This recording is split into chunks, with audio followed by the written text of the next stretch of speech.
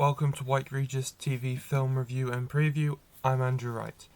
This week, the third film in Sony's Spider-Man universe was released on home video.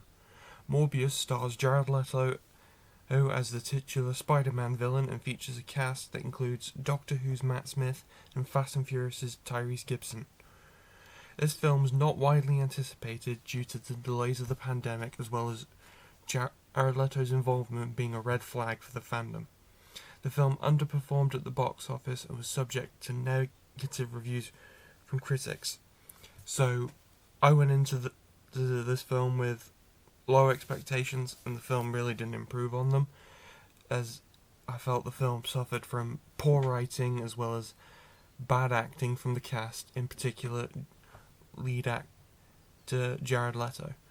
But on the bright side, the film does feature decent cinematography and special effects, even though they're not perfect. So I give the film 1.5 stars out of 5. This week, the latest film in the Marvel Cinematic Universe, Thor: Love and Thunder, had its world premiere at the El Capitan Theatre in Hollywood, and is continuing its world press tour ahead of its UK release on July 7th. Thor: Love and Thunder stars Chris Hemsworth as the titular Marvel hero. At the lead of a returning cast, it includes Tessa Thompson and Taika Waititi, as well as actors Natalie Portman and Jamie Alexander, who return after not appearing in the previous Thor film.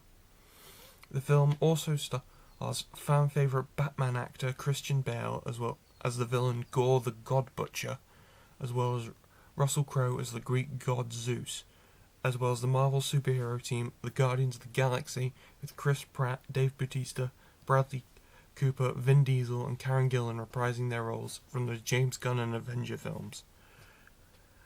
The film also features the return of New Zealand indie film director Taika Waititi, who directed 2017's Thor Ragnarok and received great acclaim from the fans and other directors for his efforts.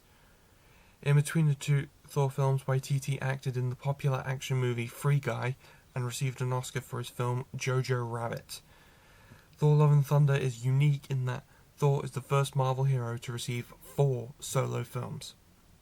Thor: Love and Thunder comes to UK cinemas next week. This weekend, the final 2 episodes of Netflix's Stranger Things 4th season will be released after the first 7 episodes were released at the end of May. Stranger Things features an ensemble cast featuring 80s and 90s movie star Winona Ryder, as well as David Harbour and now established actors Millie Bobby Brown and Finn Wolfhard. Stranger Things is a fan favourite Netflix show, as it features brilliantly blended genre elements such as horror and 80s coming-of-age stories, featuring inspiration from many classic 80s sources such as Stephen King novels. Fans are anticipating these 2 new episodes, currently scheduled to run for a combined time of 4 hours, ahead of the 5th and final season in the coming years. Be sure to check it out. This weekend, the long-awaited sequel to 2015's Minions film arrives after 7 years. 2 of those wakeful years were caused by pandemic production delays. The Minions: The Rise of Gru features the return of Steve Carell's Gru, returning from the Despicable Me movies, and is centered on the character's origin story and how he came to work with the titular Minions, who have made an impact on kids and animated cinema. Minions: The Rise of Gru currently sits as having mixed positive reviews from critics, but I expect families are going to enjoy this film.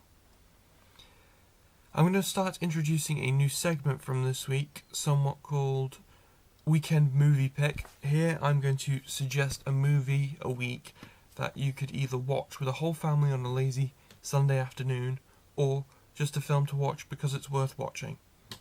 My film pick this week is Disney Pixar's Inside Out, an emotional story about the emotions of an 11-year-old girl who is forced to make a big life change when her parents move her from Minnesota to San Francisco. I highly recommend if you're a Pixar fan or enjoy animated films that have an emotional story at their core. That's all I have for this week, but be sure to check back next week where I will preview the new Thor film as well as reviewing Minions: The Rise of Gru. Now back to Gary in the studio.